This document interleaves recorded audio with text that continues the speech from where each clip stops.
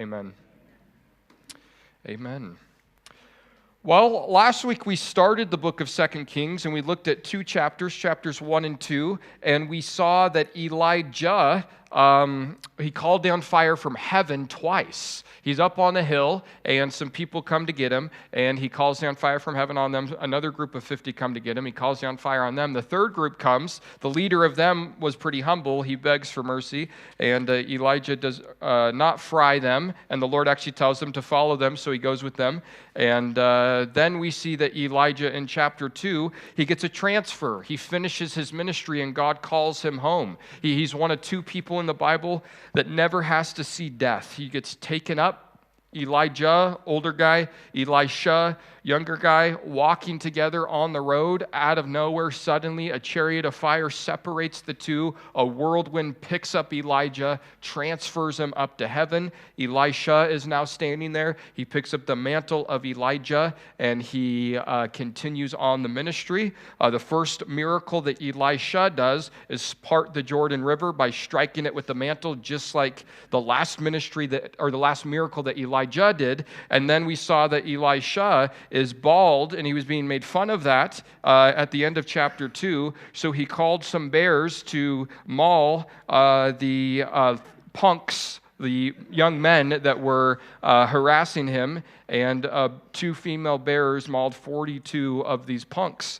And it appears they learned their lesson through that. So far, Elisha's been a pretty interesting character, and we just know a few things about him. But starting here in chapter 3, verse 1, it says, "Now Jehoram, the son of Ahab, became king over Israel at Samaria in the 18th year of Jehoshaphat, king of Judah, and reigned for 12 years."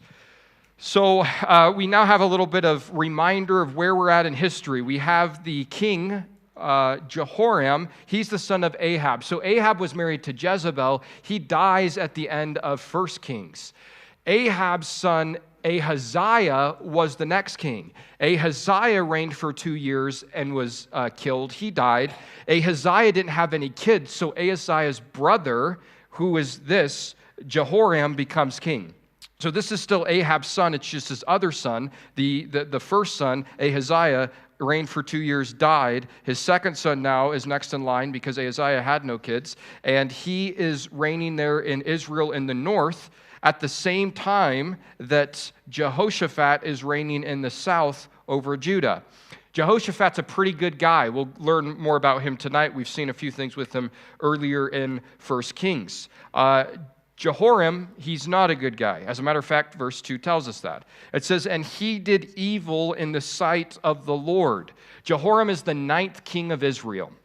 Northern tribe has had 9 kings up to this stage of the game, northern tribes, and all of them have been bad. As a matter of fact, it seems like as the generations go on, they're getting worse and worse and worse. And this guy, Jehoram, following in the footsteps of his ancestors, is an evil king. He does what's evil in the sight of the Lord.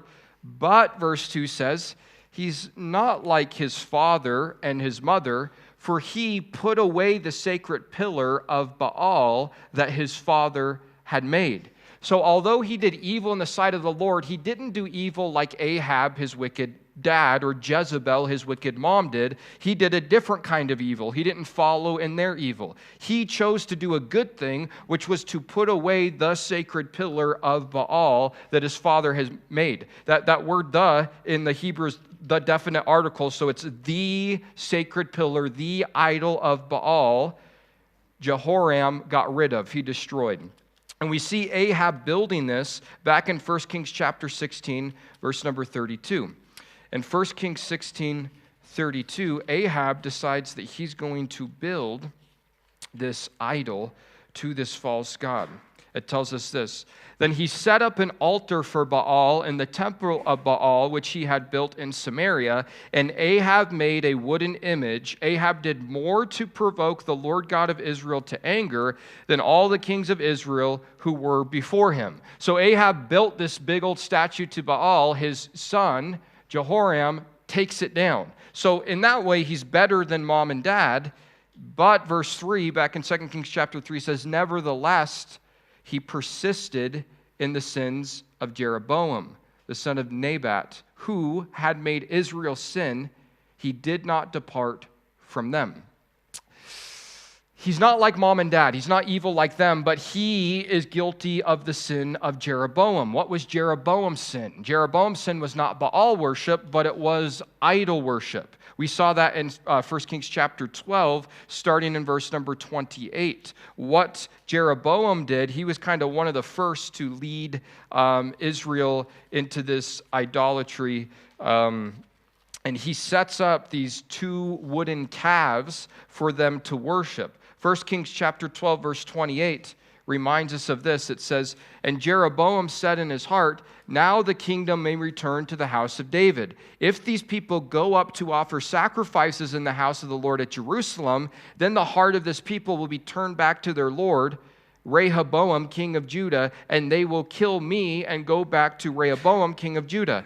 Therefore, the king asked advice. He made 2 calves of gold, and he said to the people, 'It's too much for you to go up to Jerusalem. Here are your gods, O Israel, which brought you up from the land of Egypt.' And he set up one in Bethel, and the other he put in Dan. Now this thing became a sin for the people.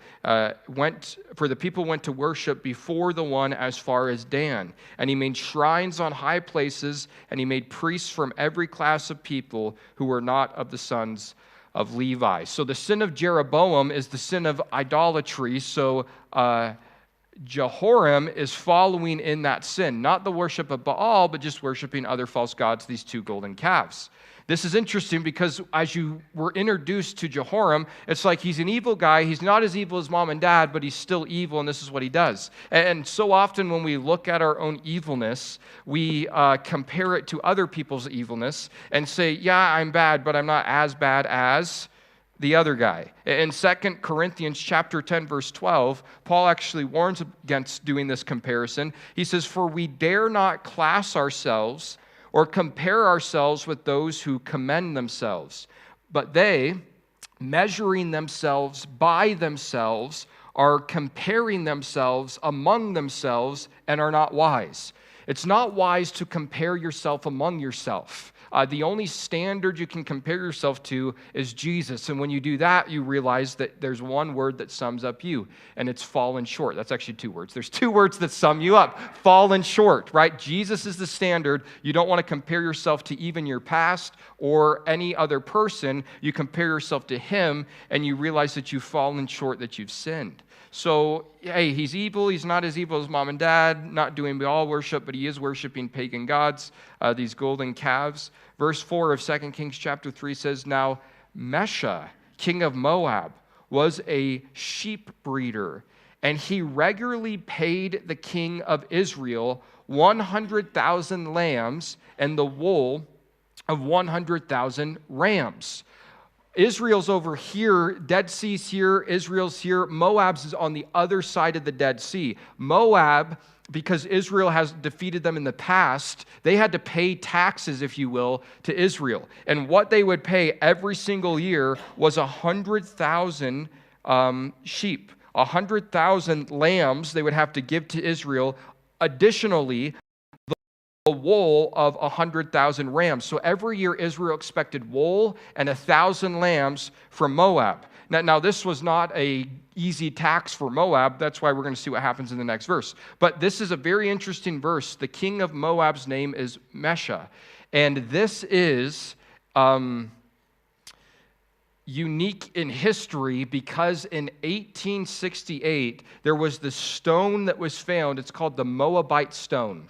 And it looks like a really big headstone, and there's 34 lines on it, and it talks about this king of Moab and the power that Israel had over Moab during this time. It's an extra biblical thing that proves 2 Kings chapter 3. It's really neat. It's in a museum in France now. If you just Google or go to YouTube and type in the Moabite stone, there's a lot of information out there on it. It talks about the king of Israel at this time. It talks about the king of Moab at this time. It talks about how Moab had to pay things to Israel. So it just validates all of these things. And it's just another great example of how archaeology finally catches up with the Bible. For this is like 2,800 years old, this story in 2 Kings chapter 3, and it took 1,886 years after BC for them to discover something that validates the story, but yet they dug it up eventually, and it just proves God's word over and over and over again.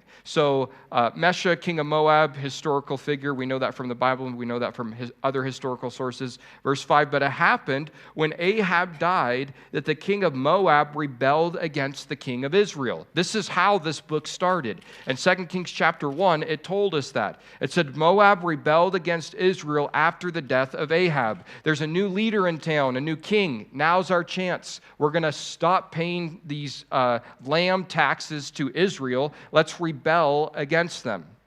Verse 6, so King Jehoram went out of Samaria at the time, and he mustered or gathered or counted all of Israel.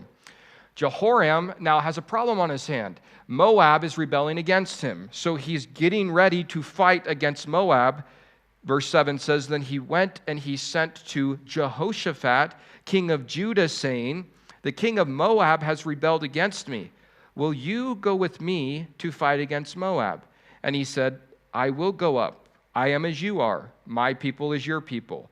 My horses as your horses. This is not the first time Jehoshaphat has said this. He said the exact same thing when Ahab, Jehoram's dad, came to him and said, will you help me fight against the Syrians? In 1 Kings chapter 22. He says, hey, I need help. Will you help me? And Jehoshaphat goes, of course. We're all family. My people are your people. My horses are your horses. And we learned that that's actually not the case, though, because Judah is more righteous than the northern tribes of Israel at this stage in history. And it appears that Jehoshaphat's biggest problem as being a king is his desire to be like everyone else, and his biggest issue is who he chooses to hang out with. He always finds himself hanging out with the wrong people, and because of that, it gets him into interesting situations. You know, this is something that kids generally need to figure out early on in life. It's as simple as in a classroom setting. Okay, look around. Who are you sitting by? If who you're sitting by is going to cause you to get in trouble, then you need to move now so that you can make better choices. And it's the same when you get older as an adult. Look around. Who are you doing life with? Who are your friends? Is who your friends are causing you to get in trouble? If so, you need to make different friends. Because as Paul says in 1 Corinthians chapter 15, verse number 33, he says, do not be deceived. Evil company corrupts good habits. And here Jehoshaphat, he's a good king. He's gotten rid of the idols in Judah, but he's always sucked into the wrong crowd. And here they are inviting him, and he says, yeah, sure, I'll go fight with you. And he never prays first. He always gets involved, and then he prays later. We'll get to that here in a few verses. Verse 8, then he said, which way shall we go up? And he answered, by way of the wilderness of Edom. I need you to go with me to fight against Moab. How are we going to get there? Which route are we going to take? Let's go the wilderness way. Now, that's not the easiest way to get to Moab. The easiest way is just to cross the Jordan River. But instead, they're going to go clear down and around a 7-day journey, as we see in verse 9. So the king of Israel, Jehoram, went with the king of Judah, Jehoshaphat, and the king of Edom, and they marched on that roundabout route for 7 days.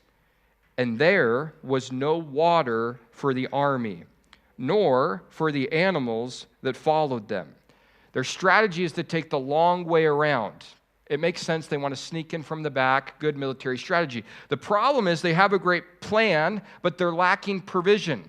And many people live in this area. I got a plan, but I don't have provision. And the reason they have a plan but no provision is because they forgot to pray. If they would have prayed first, they would have centered their plan around the provision that God has. But now they're out in the middle of the desert of the wilderness, and they find themselves having no water. That's a huge problem. The Dead Sea area is super far below sea level. It's a barren place. It's a desert, and they have no water. They've ran out of water. There's no running water. Their army is thirsty. Their animals are thirsty. They don't know what to do.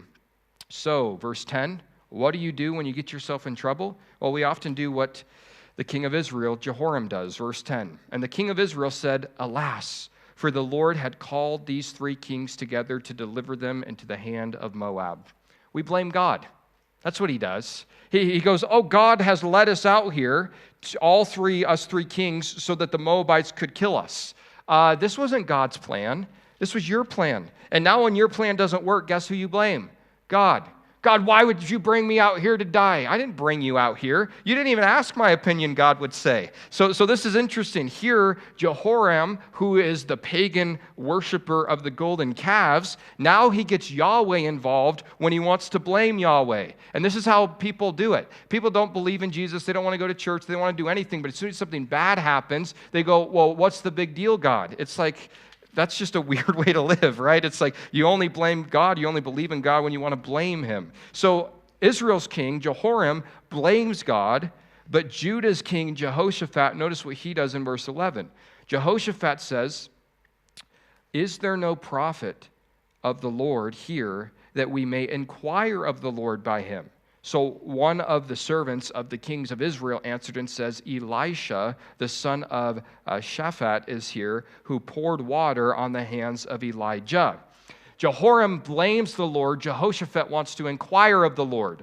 Better idea. Let's pray. Let's ask God, Lord, what's the deal here? Do you have a plan? Can you rescue us in this situation? So Jehoshaphat's idea is let's find a prophet of Yahweh so that we can inquire of him. And one of the servants of Israel goes, I know your man. He's around these parts. His name is Elisha. And Elisha, he has been the servant of Elijah. That's what that phrase, he poured the water over the hands of Elijah, means. He's been serving Elijah, the prophet who you're familiar with in the past. He's been serving him all this time.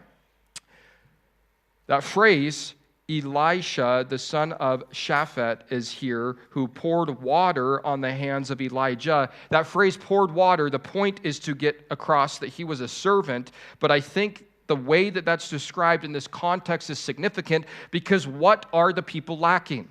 They're lacking water. And the servant says, I know a prophet of the Lord who's a pourer of water in a place that is desolate of water. He's the guy we need to talk to. So they're like, okay, sounds like a plan. Verse 12, and Jehoshaphat said, the word of the Lord is with him. So the king of Israel and Jehoshaphat, the king of Edom, they went down to him. 3 kings go to Elisha, who is a farmer, to get advice from him because they realize that he's the prophet of God. Verse 13, then Elisha said to the king of Israel, what have I to do with you? Go to the prophets of your father and the prophets of your mother. But the king of Israel said to him, no, for the Lord has called these 3 kings together to deliver them into the hand of Moab. Elisha sees Jehoram, the king of Israel, coming towards him, and he says, what do I have to do with you? Or, what are you doing here? Or, who do you think you are? Or, why would you be in my presence? I like what he says here. He goes, why don't you go talk to the prophets of your mom and dad, of Ahab and Jezebel, the prophets of Baal? Why are you seeking wisdom from the prophet of Yahweh? You don't even believe in Yahweh. You don't serve him. You're serving these false gods. What do you think you're doing here seeking advice from me? Elisha was kind of a tough guy, I think, right? You go to him for advice. He kind of had this tough love type thing. It says, but the king of Israel said to him, here's why we're here. For the Lord has called these 3 kings together to deliver them into the hand of Moab. We're here because I'm convinced that God's trying to do us in. And Elisha, if I was him, I probably would have said, probably, and left, right? Maybe God's trying to kill you. That's the problem. And leave that hanging over his head for a while. But notice what he does in verse 14. This is where it gets good. It says, and Elisha said, as the Lord of hosts lives, before whom I stand, surely were it not that I regard the presence of Jehoshaphat, king of Judah, I would not look at you nor see you. Elisha goes, I don't want anything to do with you, Jehoram. I don't want anything that you've turned your back on the Lord. You're not serving him. There's only one reason why I'm even looking at you in this moment and speaking to you, and it has to do with that guy. What guy? The guy who's with you, Jehoshaphat, the king of Judah. I'm only looking at you. I'm only dealing with you. I'm only showing grace to you. I'm only getting involved in your situation, not because of you. It's in spite of you. I'm doing it because of the king of Judah. God the Father looks at us and he says, you don't get to come in my presence. You've turned your back on me, but I'm showing grace to you. I'm getting involved in your situation. I'm looking upon you, not because of you, but because of the Lion of the tribe of Judah, because of Jesus. Jehoshaphat is with Jehoram, so Jehoram gets to deal with Elisha. Jesus is with us, so we get to deal with the Father. That's the only way it works. And this is such a neat picture of that. He goes, look, I'm only showing grace. I'm only dealing with you because of Jehoshaphat and because of the line of David. It has nothing to do with your evil line. Verse 15, but now, bring me a musician. Then it happened, when the music played, that the hand of the Lord came upon him. Elisha goes, I don't want to deal with you, but I'm going to because of him. But here's what I need. I need some music. What's he getting ready to do? He's getting ready to dance. No, he's getting ready to prepare his heart, because it's pretty obvious Elisha is a little emotionally charged at this stage of the game, right? He has some discontentment, it appears, towards the situation. So before he can speak the word of the Lord, he needs his heart to be prepared before the Lord. And the way he prepares his heart before the Lord is by having music played for the Lord. Worship. He says, I need some music to be played so that I can get my heart right with God, so that I can give the message that God would have for you to receive. And notice this correlation in verse 15. When the music played, then the hand of the Lord came. The hand of the Lord speaks of power. It's in the worship, it's in the music that's played that's glorifying God. At the hand of the Lord, that the power of God comes out, intervenes, gets involved in the life of the prophet of God, Elisha. This is not the only time we've seen this. In 1 Samuel chapter 16, Saul, evil king, started out good, went pretty sour in a hurry, tried to kill David several times. Saul has a distressing spirit that's bothering him. And the only thing that helps Saul's distressing spirit is by having young David come into Saul's room and play the harp. What songs are David playing? I would suggest the ones that are in the book of Psalms. The Psalms that David wrote himself. David is playing songs that glorify God in the presence of Saul. And when David worships God, the distressing spirit of Saul goes away. It's an interesting thing. This is why Ephesians 5:19 tells us that you and I need to be singing psalms and hymns and spiritual songs in our heart towards God, because Psalm 22 verse 3 says that the Lord sits enthroned in the praises of his people. Our praises are the thing that the Lord sits on.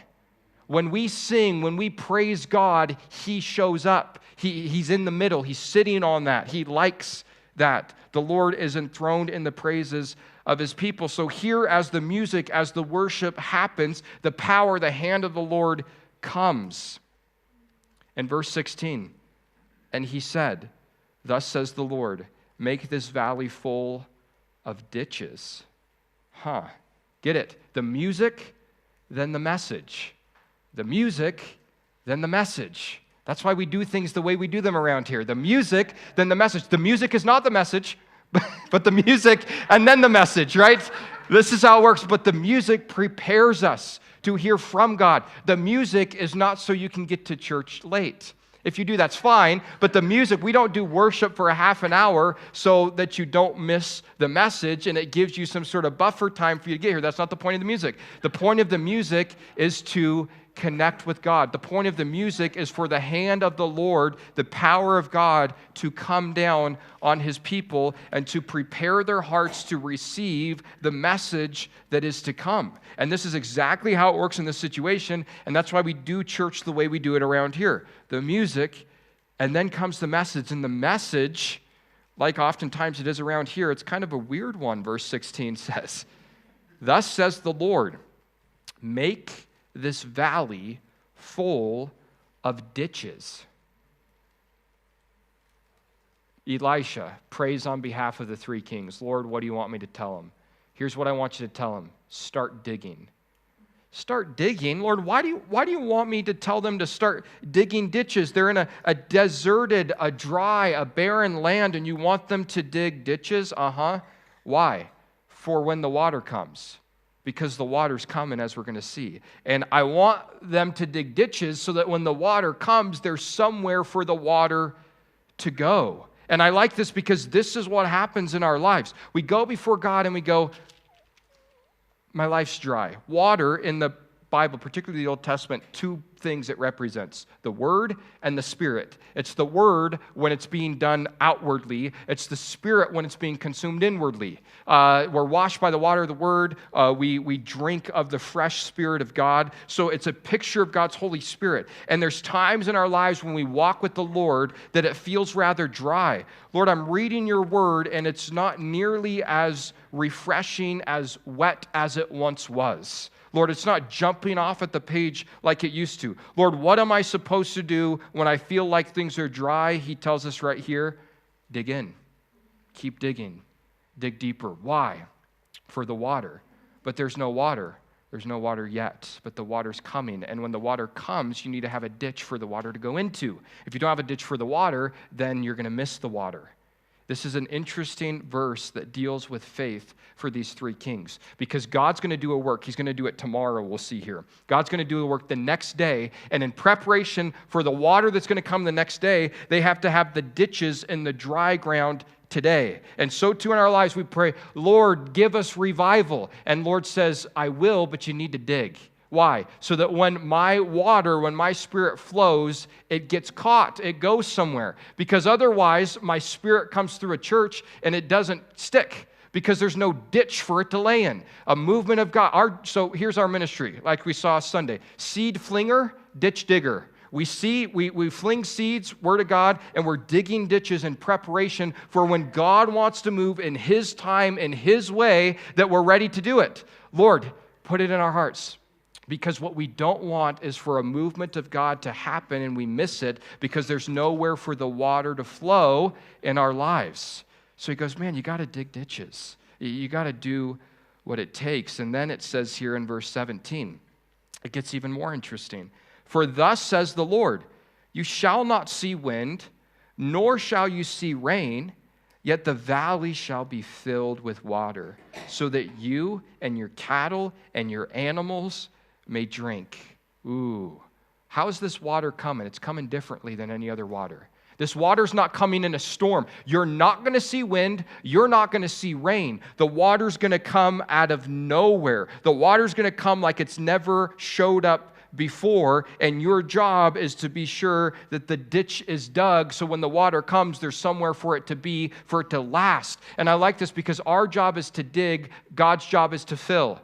And He can't fill what hasn't been dug. So it's like, Lord, dig, help us, Lord. May we be busy about digging the ditches in our lives so that when your word and your Spirit come, Lord, they're able to fill our hearts. Because notice what he says there in verse 17.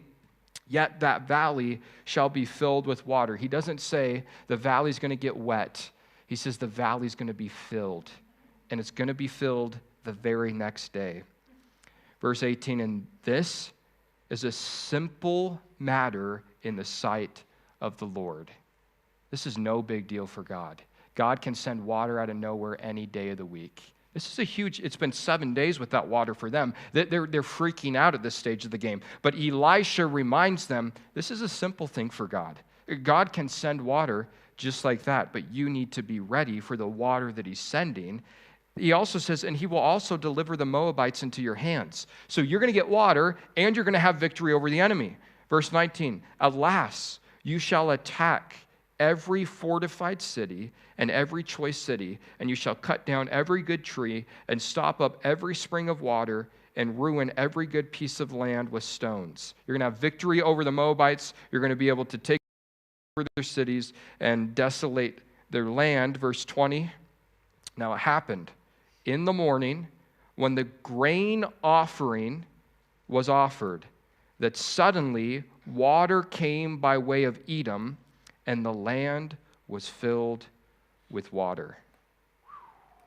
Next morning, as the grain offering is being made, the water came. As the offering was made, the water came. Interesting how that works. Here comes the offering up to God, and as they make the offering, the water comes out of Edom, out of nowhere, and fills the entire valley that was once desolate. And I like this because here it is. It's in the morning. They're digging today for water tomorrow. Lord, today I'm going to wake up and read your word. Lord, I didn't get much out of that section today. Tomorrow comes, you have a conversation with someone. You go, I was just reading God's word yesterday, and this applies to that situation. It's amazing how that works. You dig today for the water tomorrow. That next morning, the water comes as the grain offering goes up. The grain offering was offered. There were daily offerings in Israel, and the grain offering was one of those daily offerings that were made. So as this daily offering, and by the way, all the offerings in the Old Testament are a picture of Jesus, as the daily offering is made, then the water came and it filled the whole dry place with water, and they were ready, and the ditches were full. Verse 21, and when all the Moabites heard that the king had come up to fight against them, all who were able to bear arms and older were gathered, and they stood at the border. So the Moabites hear that these three kings are there with their soldiers ready to fight against Moab. So all the Moabites get ready. Everyone who's old enough to bear arms and above, to wear the armor, goes out to battle there at the border. And a strange thing happens with water here, verse 22. Then they rose up early in the morning. This is the Moabites. And the sun was shining on the water. The whole valley is filled with water, and the Moabites saw the water on the other side as red as blood. Now, the dirt in that area is kind of red, but if you have a sunrise that's coming up and it's shining on this water, they look at it, and their assumption is not the desert's full of water. Their assumption is the desert's full of blood. And these kings have destroyed themselves, as we'll see here, and they think they have victory, even though they're actually going to be defeated. So they see, we could say it this way, the water causes them to see the blood. That's the point. The Word and the Spirit. As we study God's Word, we should see the sacrifice of Jesus. Jesus is on every page of the Bible. And as you study the waters, you get the waters, you see, have the Spirit in you, you see blood everywhere you look. Every page you turn to, you see the sacrifice of Jesus, as we've seen numerous times, even in this passage tonight. So they look at the water, what they see is blood, and this blood that they see in the water is actually going to defeat the enemy. And so too in our lives, it's the blood of Jesus that gives us victory over the enemy. Verse 23 says, and they said, this is blood. The kings have surely struck swords and have killed one another. Now, therefore, Moab, to the spoil. They look at this and they go, those kings must have defeated themselves on their way to defeat us. This valley's full of their blood. We have victory. Moab, let's go get the spoils of these people. So they're not entering into this on guard thinking they need to fight. They're entering into this thinking that they've already received victory. So they go to receive what they think is the spoils. Verse 24, so when they came to the camp of Israel, Israel rose up and attacked the Moabites so that they fled before them. And they entered their land, killing the Moabites. Israel's ready. Moabites aren't, because they think the Israelites are already dead. So they come in not on guard. Israel jumps right up and starts to destroy them. They kill them, clear into the land of the Moabites. Verse 25, then they destroyed the cities, and each man threw a stone on every good piece of land and filled it. And they stopped up all the springs of water, and they cut down all the good trees, but they left the stones at Kir-Hareseth, which is the capital there of Moab, intact. However, the slingers surrounded and attacked it. Back then, they didn't have snipers, they had slingers. And the slingers did exactly what it sounds like. They were throwing stones. So they'd have these pile of stones, they're just waiting outside. So this area right here, Kir-Hareseth, it's up on a hill. So Israel's down here, Moabites are all up here. They got their rocks, they're waiting. A guy comes out, they hit him with a rock. And they just wait there all day long, and they do this. So they're whacking them, they're slinging, verse 26. And when the king of Moab saw that the battle was too fierce for him, he took with him 700 men who drew swords to break through the king of Edom. But they could not. The king of Moab just looks at, they're surrounded. This is too much. My best 700 guys come with me. We're giving it all we got. They charge to try to get a breakthrough, but it doesn't work. They're not able to break through what is surrounding them. So verse number 27 tells us this. Then he took his eldest son, who would have reigned in his place, and he offered him as a burnt offering upon the wall, and there was great indignation against Israel. So they departed from him and returned to their own land. The king of Moab looks around and he's defeated. He doesn't know what to do. So he takes his oldest son, who would take his place one day when he would die, and he offers him as an offering, a burnt offering on the wall. Why would he do this? Because the Moabites, they worshiped Molech. And this is a way to try to appease their false god. Man, I need help from my God. What am I going to do? I got to sacrifice my kid to try to get my God to help me. So he does that, and Israel is watching this take place, and they're so disgusted by it that Israel just sees that the king of Moab kills his own son in desperation, and Israel's just like, we're out. They back off. They're like, this is just weird, and they leave. So they departed from him. They returned to their own land. This is interesting, because it's not, the king of Moab was hoping that the sacrifice of his son would give him victory. But it's not the sacrifice of the king of Moab's son who gives people victory. It's the sacrifice of the Son of God who allows us to have victory. So Israel, they get away, they're like, yuck, and they back off. 2 Kings chapter 3, digging ditches in dry land. Lord, we're in a season of drought, you might say. He says, well, here's what you do when things are dry. You dig in, you dig deeper, you make this valley full of ditches so that when my water comes, the valley that's full of ditches all of a sudden becomes full of water. That's the key. That's the secret. That's what we need to be doing.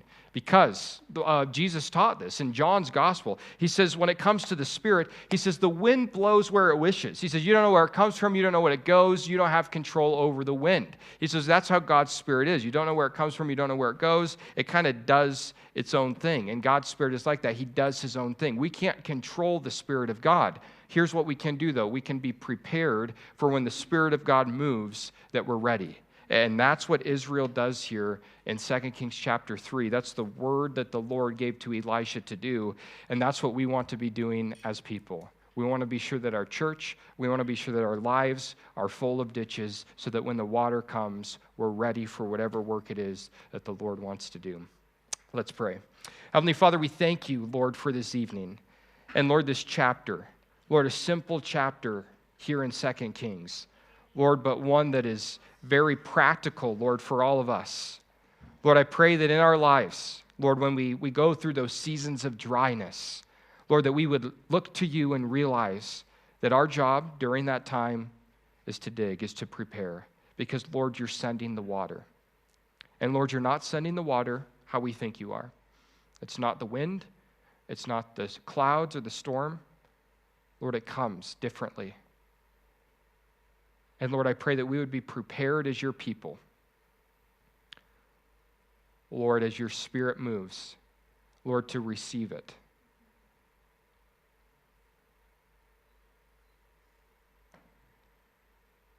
Lord, you talk about these ditches. You talk about this dry land being filled with water. And Jesus, more than once in the New Testament, you refer to the filling of the Holy Spirit. And Lord, that idea of filling is not just to get some, it's to be full of. And Lord, we want to be full of. Lord, full of your Spirit. Lord, we don't want your Spirit sprinkled on us. Lord, we want overflowed, God, with your Spirit in the dry place that we live. And Lord, this world is dry. Lord, this world does not satisfy. But Lord, I pray that wherever we go, at work, at school, there's ditches that are being dug. And Lord, that your water, your Spirit is flowing through those. And Lord, that people that are sick and tired of the dryness would come, would taste and see that the Lord is good, would experience the torrents of living water that you promised there in John's gospel.